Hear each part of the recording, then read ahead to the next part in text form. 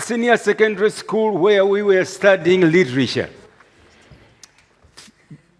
The teacher was Wallace, a British man, teaching us the book Romeo and Juliet. We were called the Department Z because we were the most stubborn, rowdy students in the school. Any decision taken by the headmaster, it was us to endorse it as to whether it should be applied or not. Dismissed, suspended from school, you had to come to us. And we had to say yes or no. Department Z was made up of kids, of chiefs, ministers, very, very stubborn, and always wanted to mention their names to everybody they met. One, very stubborn, cheeky, sometimes stupid.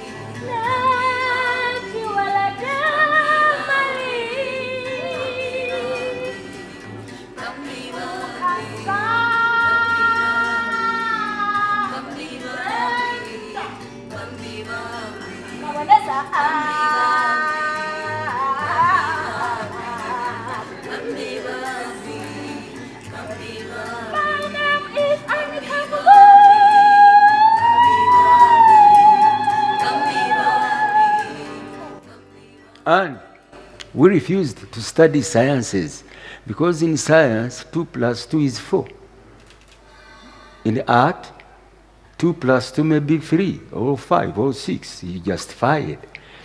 And here we were, reading books because Wallace wanted us to act Romeo and Juliet according to Shakespeare's written play. We said no. We know what Shakespeare wants to tell us.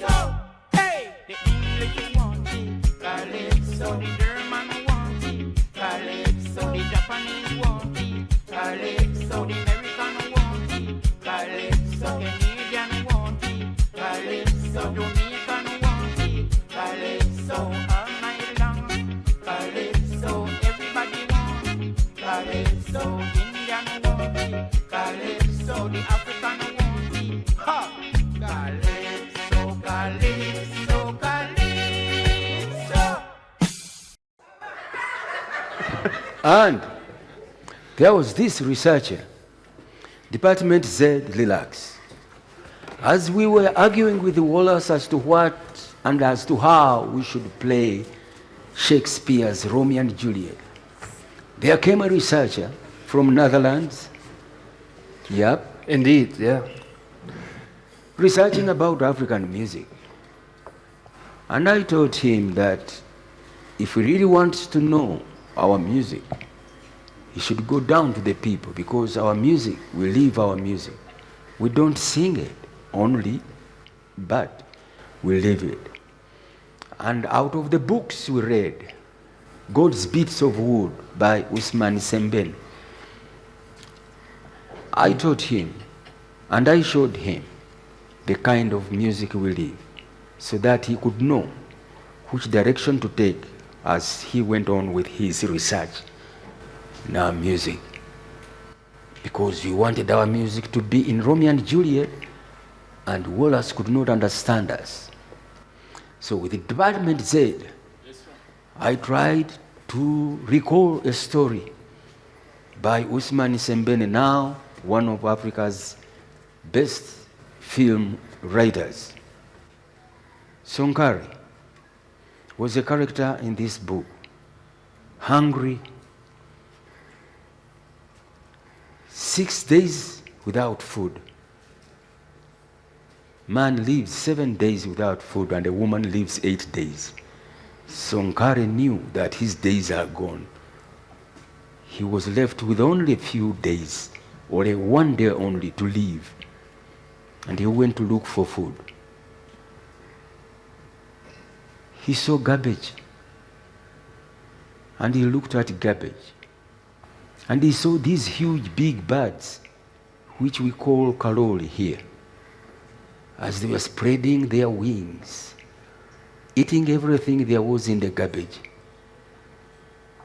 Sonkare wondered if he could get just something a rich man or a rich family may have dumped in the garbage. And as he watched, he saw nothing. His legs wobbling, he saw a rat, a big rat, and we call it ensomba bioma here. Ensomba bioma. Yes. What does that mean? A big rat, I don't know, perhaps. We call it ensomba bioma, okay? Okay. And he saw that big rat, and he knew now this was a matter of death for him, to live or not to live. And he prayed to God, Holy God, who madest me and all things as to worship thee, keep me fit in mind and heart, body and soul to take my part. Holy God, what my light, lead me on with kindly light. Determined to get the rat, Sonkare mesmerized the rat, camouflaged himself into everything that would make the rat think he was not an enemy. And he strategized. Slowly, the rat stopped, and Sonkare stopped. The rat moved, Sonkare moved, knowing that this was the time for his lunch, for his breakfast, perhaps, even tomorrow. The rat stopped, and Sonkare stopped. Slowly, he targeted the rat. He targeted the rat. He targeted the rat, and the rat ran away. Sonkare was found dead in the garbage from which he was looking for food. Now, that's our music. That's the music we live. Music of the garbage and music of hunger. So when you write in your research, let them know that we live our music. We don't just sing it like you do in the West. We live it. I see. And that was Ousmane Sembene. Ousmane Sembene. Yeah. Wow. So when you look at it like that, like what is then the worst thing that came from the West to Africa? Nice question. The worst thing that came from the West in Africa is the gun. The gun. Ah. You know, we changed our music. The West brought the dance or the music of the gun.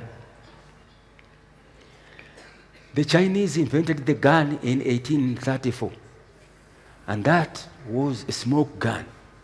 Then it started spreading all over, to Russia, to Asia, to Europe, to America, Latin America, and lastly to here. When it arrived here, we changed our music. The rhythm changed, and we started dancing the music of the gun. When it arrived here, I call it the first sin we committed as Uganda or as Africa in general. The first sin to have accepted that gun. It came through our kings as they met the missionaries who came with the guns. Do you know where I live? Near the palaces, right? In Mango. Right. So when one day you come and visit me, I'll let you see, I'll let you know, I'll take you to the clan leaders, and they will show you and narrate to you the narrative of the story when the gun arrived in the palace of the king.